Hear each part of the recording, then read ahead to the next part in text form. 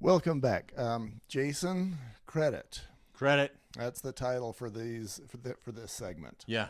This is going to be the longest segment ever. Sit back and enjoy. Jason's got your ear. All right. Okay. So this is a sum up. In the United States, a credit score is a number based on statistical analysis of a person's credit files that, in theory, represents the credit worthiness of the person, which is the likelihood that they'll repay their bills. Mm-hmm. So a credit score is primarily based on the credit information, typically one from Experian, TransUnion, and Equifax. Are there others?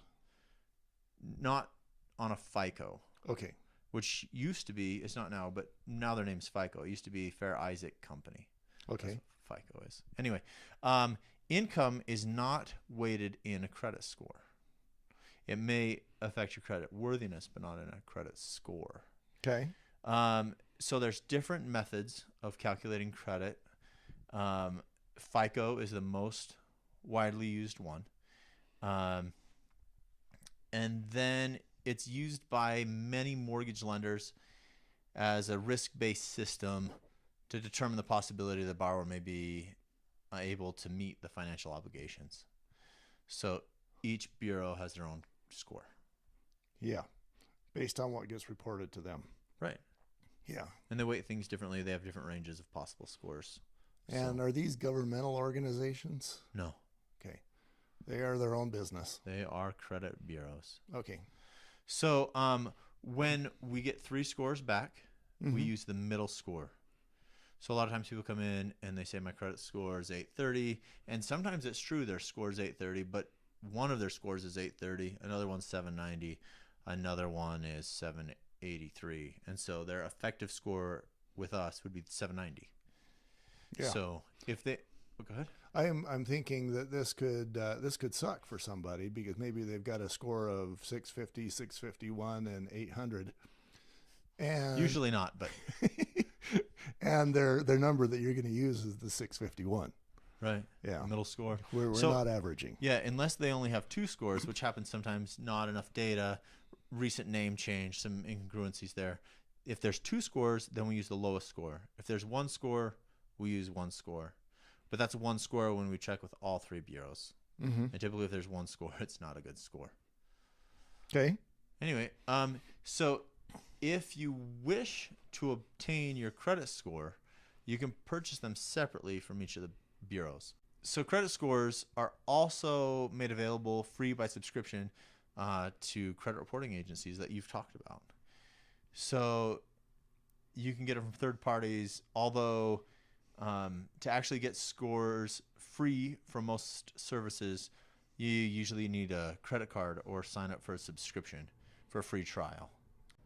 So under the Fair Credit Reporting Act, a consumer is entitled to a free credit report, but not a credit score, within 60 days of any adverse actions, so being denied credit, receiving substantiated credit terms from a lender taken as a result of their credit score. Okay. So you get denied a loan because you credit, you can say, hey, give me a credit report. You may not Okay. see your scores, but you see a report. And then the generic or classic FICO credit scores range between 300 and 850. A Vantage score, 3.0, ranges from 300 to 850, and the old Vantage score was between 501 and 990. Every once in a while, someone will come in and say, I got a credit score over 1,000. Then I worry a little bit. But, you know, just so you know, if people say that my credit score is this, you know the range it should be. Right. But pretty much nowadays, it's always your FICO score. The others are kind of dinosaurs. Is that right? Right. And as a mortgage lender, all I care about is FICOs. Yeah. And something else you mentioned that I want to just pause on is, let's say that I don't get a job or don't get an apartment, maybe because of my FICO score. I can ask the landlord or the potential employer, you know, why, and if it was because of my FICO score, I can Because of your ask him. credit report, not necessarily Okay. because of your score. Okay, I can ask what's in that credit report that they're not happy with. Yep. Yeah, they should give you a copy of your credit report. Okay. All right, so the first step to interpreting a score, interpreting. Wow. Interpolating. Wow, the first step to interpreting a score is to identify the source of the credit score and its use. So there's numerous scores based on the various scoring models sold to lenders and various users. The most common is created by FICO. It's called your FICO score. It's a publicly traded corporation, so not government. The ticker symbol is FICO. It's the best known and most widely used. TransUnion, Equifax, and Experian.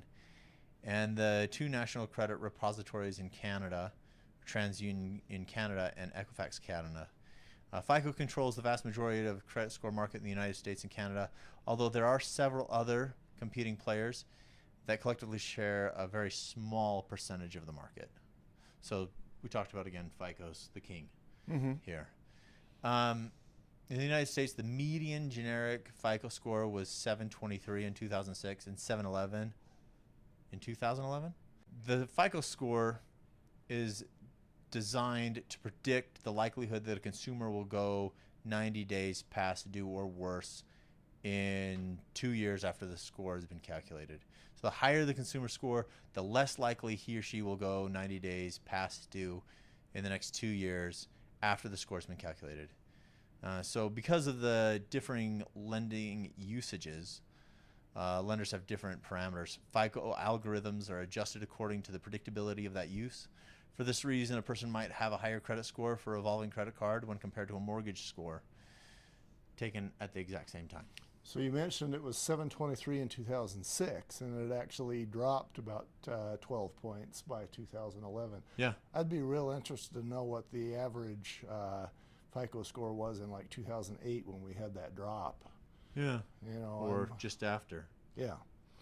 But, and I'd be interested to know what it is in 2017, or, you know, that would be an interesting curve to see. Yeah.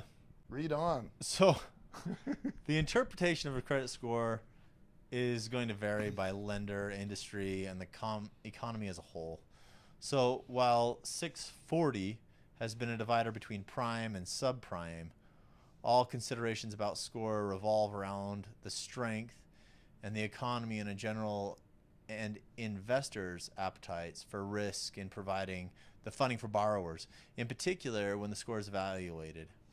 In 2010, FHA tightened its guidelines regarding credit scores to a small degree, but lenders who have to service and sell the securities packaged for sale into the secondary market largely raised their minimum score to 640.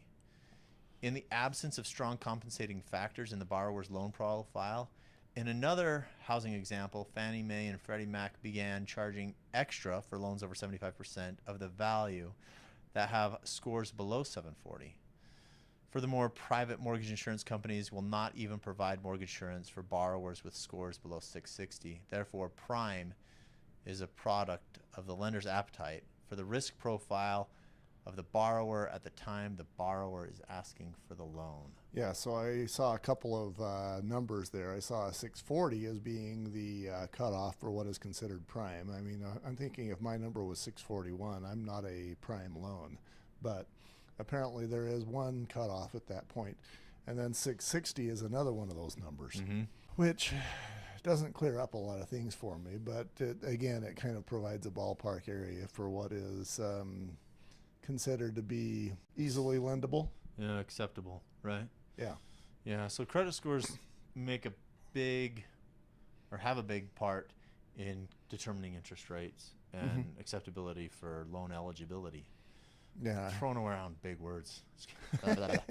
I think that you have mentioned before too that you know, between like 640 and what was it, 660 or 680, there's a particular rate, and then you go up another 20 or 40 points and there's another rate, and then you go to like 740 and there's another rate. Yeah, we'll actually hit that in a bit. Yeah. So yeah. All right. So there's several other factors that affect in an individual's credit scores. So one of those is the amount that the individual has borrowed as compared to the amount of credit available.